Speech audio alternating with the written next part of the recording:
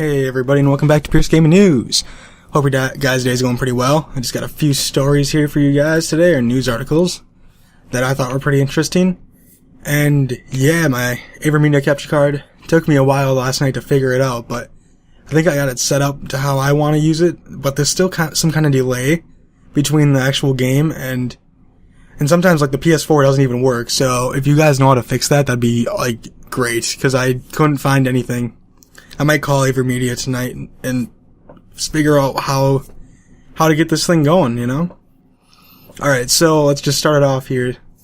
So apparently there's a Zelda-like adventure game that hits Steam today, and it's called Oceanhorn: Monster of Uncharted Seas. It looks pretty good. It's only $12. It's gonna go back up to $15 though next week.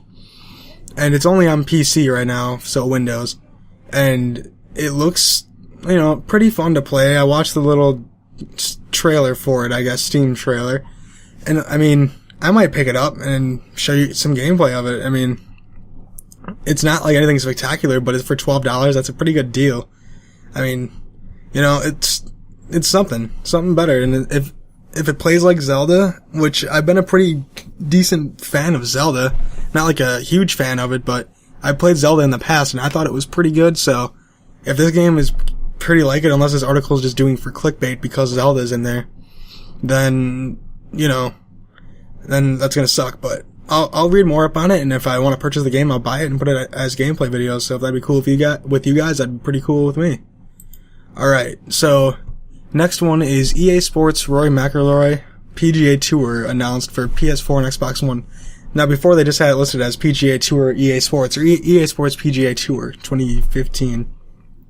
And I don't even know if it was 2015. I have Tiger Woods like 13, but I hardly ever play it.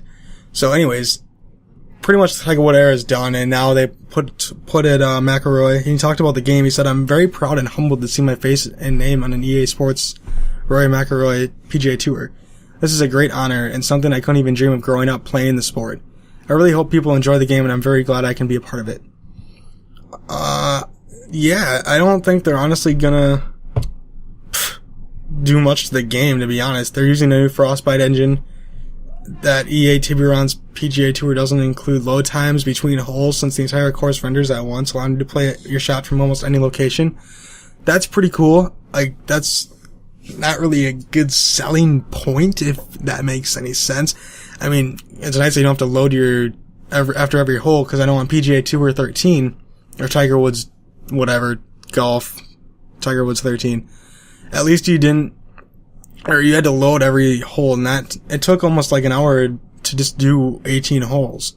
So with that, that's cool. And I guess this is what executive producer Brent Nielsen added. He said, "Frostbite has allowed us to take this franchise to a whole new level. The new engine drastically improves all facets of the game, from the core gameplay to opportunities for brand new modes and features. We're looking forward to sharing a lot of great news with our fans throughout the rest of the spring." So that looks pretty cool.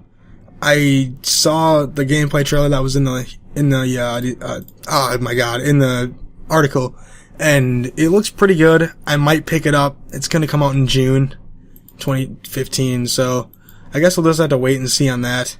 Comes out on the PS4 and Xbox One. No mention of PC at all. So yeah, guys, just look forward to this game. I guess if you guys like golf, I'd pick it up, but Golf Club, I guess, already made its budget back in like 3 months, or made the gaming budget back in 3 months, so hey, whatever you guys prefer. I mean, I like the Golf Club. I only played little snippets of it, but I like the course creator. That's pretty cool. And it kind of sucks without having the real golfers in there, but I don't really watch golf anyways. I know Tiger Woods and, you know, Rory McIlroy, and that's pretty much it. Phil Mickelson, that's pretty much all I know about golf. But the games are kind of relaxing. It's just, you know, fun to play a relaxing sports game once in a while, you know? Alright, so the next one is Sling TV launches on the Xbox One today, actually. And it is a subsidiary of Dish Network, launched its device in February, allowing subscribers to view live TV broadcasts on laptops, computers, Android and iOS tablets and phones. Roku and Amazon Fire boxes, you know, they don't have to pay for their own cable or satellite subscription. They just pay for, you know, the TV service. And the channels included are going to be ESPN, TNT, TBS, Adult Swim, Disney Channel, Food Network, HGTV, and Cartoon Network. I'm not sure if they're gonna, keep expanding with this, but it's $20 a month and you get a free trial, I guess. A week trial, I think it was. I can remember right. Yep, a free trial. Oh, for 30 days, okay. For the first 5,000 customers who, and the first 5,000 customers who purchase a new Xbox One in a Microsoft retail store or their website between March 17th and March 22nd, so today and whatever March 22nd is, will be able to redeem an offer for 3 months of service. 3 free months of service. So is this a good deal? Yeah, I guess if you watch ESPN, I mostly would watch ESPN out of that, or maybe HGTV, or the Food Network for Cutthroat Kitchen and stuff. But this got me thinking, okay, so does Sony, have something in mind? And they do, actually. But before I get to them, additional channels will be able, for $5 extra a month, which is a pretty good deal. I guess you get True TV, which has some good shows like Impractical Jokers and all that good stuff, and Cooking Channel and DIY Network, which are the three I would. Cooking Channel, no, but True TV and DIY Network, those would be pretty cool. And We TV, World News Extra TV, and like Bloomberg TV, HLN, Euro News, and Russia Today for just $5 more, so $25 a month for all those channels if you want. So what I'm getting back to saying is, so does Sony have their own? And yes, they do. It's called Sony Vue, or PlayStation Vue. It will be on PS3 and PS4 consoles, on PlayStation Network. There are also plans for an iPad app, I guess, that are going to be in the future. And what PlayStation has here is they want 75 channels from different media companies will be available, including CBS, NBC, Fox, Viacom, Scripps, and Discovery, with negotiations continuing with others. Notably absent are, ABC and Disney channels, including the ESPN sports networks. Hopefully they can get those soon, because this is going to be a useless subscription if they don't get these channels. And that's not that good of a selection. I don't watch any of those channels really, except maybe Fox for like football games, or that's pretty much it. And it will allow users to catch up on popular shows up to 3 days after transmission. And they can also tag a favorite show to allow access for up to 28 days to that show. If they want to go back to it and see it, they can do that for up to 28 days. And so after both of these, I see they're competing. I wonder how much this is going to be. I think I read somewhere where they were estimating it was going to be between $50 and $80 a month. It's like, no, okay, like, you're going to drive people away. They're not going to go and buy a PS4 just so they can get like 6 channels, basically, because I don't know what the other 75 are, but the notable ones would be, if they had like NFL Network and MLB Network and like those networks, the sports networks, and ESPN, and on top of that, like the Big Ten Network and like Fox Sports, one or something. If they had those, that'd be a steal. But for $50 to $80 a month, I don't see it. I honestly don't see it.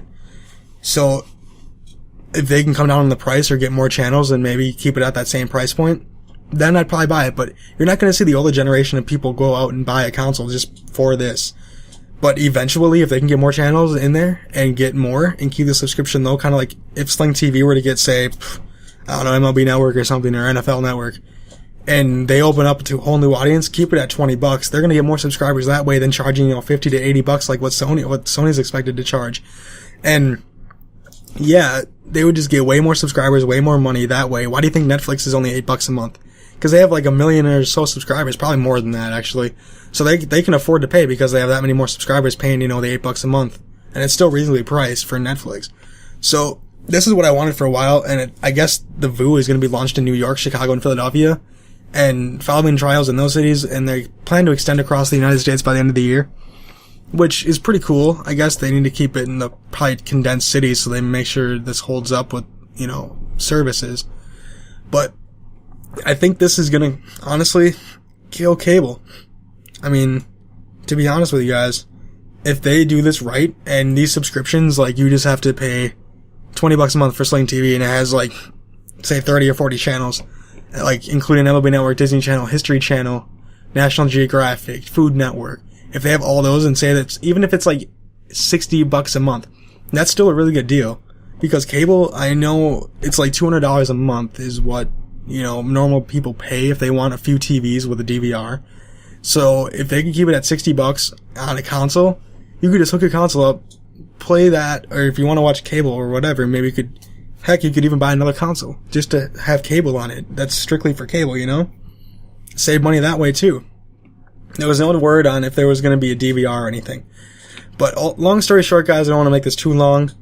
They need to keep the price as low as they possibly can and drive the consumer base towards the gaming console.